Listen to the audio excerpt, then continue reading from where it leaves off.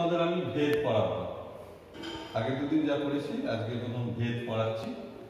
ভেদ কি প্রথমে জানতে হবে, ভেদ বা ভেরিয়েশন। চলরাশি সমূহের মানের পরিবর্তনশীলতাকে ভেদ বলে। এই চলরাশি আর ধ্রুবক তোমরা আগে পড়েছ। ধ্রুবক কি, চলরাশি কি? প্রথমে কোন রাশিমালার অন্তর্গত রাশিটার মানের যদি পরিবর্তন হয় তাহলে সেই রাশিটাকে বলা হয় চলরাশি। কোনো রাশিমালার অন্তর্গত রাশির মানের কোনো যদি পরিবর্তন না হয় সেটাকে আমরা বলি ধ্রুবক। তাহলে ভেদ কাকে বলছে এবার আসি। চলরাশি সমূহের মানের পরিবর্তনশীলতাকে ভেদ বলা হয়। এবার ভেদ কয় প্রকারের? ভেদ তিন প্রকারের: সরল ভেদ, ডিরেক্ট ভেরিয়েশন, ব্যস্ত ভেদ ইনভার্স ভেরিয়েশন এবং যৌগিক ভেদ মানে হচ্ছে জয়েন্ট ভেরিয়েশন। প্রথমে তোমাদের আমি সরল ভেদ বলবো। সরল ভেদ কি? যদি দুটি সম্পর্কযুক্ত চলরাশি x এবং y এমন হয় যে x এর মানগুলি x1 x2 x3 এর মানগুলির সাথে y1 y2 y3 y এর মানগুলো এর অনুরূপ মানগুলির অনুপাত, অর্থাৎ x এর মানগুলির সাথে y এর অনুরূপ মানগুলির অনুপাত যদি ধ্রুবক হয়, অর্থাৎ আমরা কি বলছি x1 by y1 সমান x2 by y2 সমান x3 by y3 সমান ধ্রুবক, অর্থাৎ আমরা লিখতে পারি x by y সমান ধ্রুবক। আমরা ওই ধ্রুবকটাকে কে লিখলাম? অশূন্য ধ্রুবক, কখনো শূন্য হবে না। তখন ওই যে চলরাশি অর্থাৎ x আর y ওই রাশি দুটো সরল ভেদে আছে বলা হবে, অর্থাৎ ডিরেক্ট ভেরিয়েশনে আছে। এবং এই অশূন্য ধ্রুবকটাকে আমাদের বলা হবে ভেদ ধ্রুবক, ভেরিয়েশন কনস্ট্যান্ট। আচ্ছা, আমরা তাহলে এই যেটা সরল ভেদ বললাম একটা উদাহরণ দিয়ে বুঝি। মনে করো একটা ট্রেন 2 ঘন্টায় যাচ্ছে 80 কিলোমিটার, 3 ঘন্টায় 120 কিলোমিটার, 5 ঘন্টায় 200 কিলোমিটার। তাহলে আমরা সময়কে x আর দূরত্বকে y ধরলাম।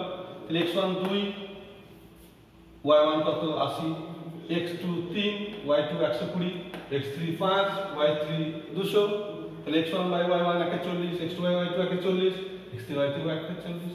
তাহলে x1 by y1 সমান x2 by y2 সমান x3 by y3 সমান 41। তাহলে আমরা কি পেলাম? অর্থাৎ x by y সমান 41। অতএব x y এর সঙ্গে সরল ভেদে আছে, আমরা এইভাবে লিখব। অর্থাৎ সময় ও দূরত্ব সরল ভেদে আছে। শেষ হয়ে গেল। এবার আসছি ব্যস্ত ভেদ। দুটি সম্পর্কযুক্ত চলরাশি একটা x একটা y এমন হয় যে x এর মানগুলো জন্য y এর অনুরূপ মানগুলো গুণফল ধ্রুবক হয়, অর্থাৎ x এর মান x1 y এর মান y1, তাহলে x1 y1 x2 y2 x3 y3 সমান চলল একটা ধ্রুবক পাচ্ছি।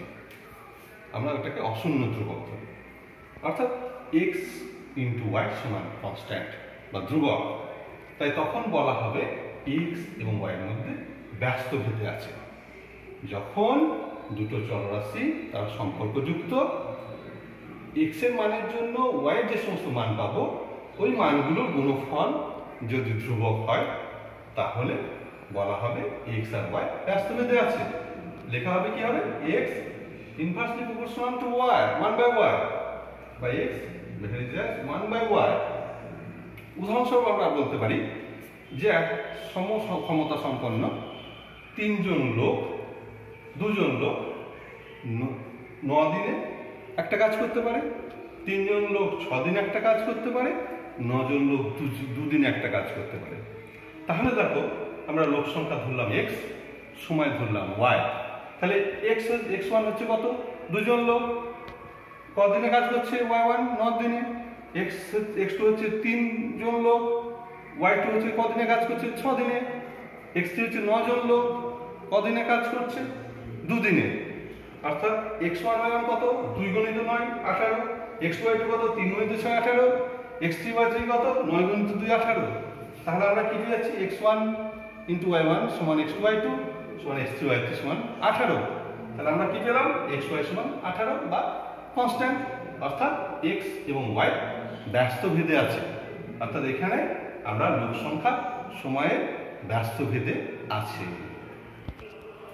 যৌগিক ভেদ, যদি একটি চলরাশির সঙ্গে অপর একাধিক চলরাশি তাদের গুণফলের সঙ্গে সরল ভেদে থাকে, তাহলে বলবো যে প্রথম রাশিটা অপর রাশিগুলোর সঙ্গে যৌগিক ভেদে আছে।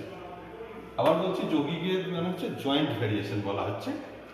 এখানে একটা চলরাশি অনেকগুলো একাধিক মানে একের থেকে বেশি চলরাশিগুলোর গুণফলের সঙ্গে যদি সরল ভেদে থাকে, তবেই বলবো আমরা প্রথম রাশিটা অন্য রাশিগুলোর সঙ্গে যৌগিক ভেদে আছে।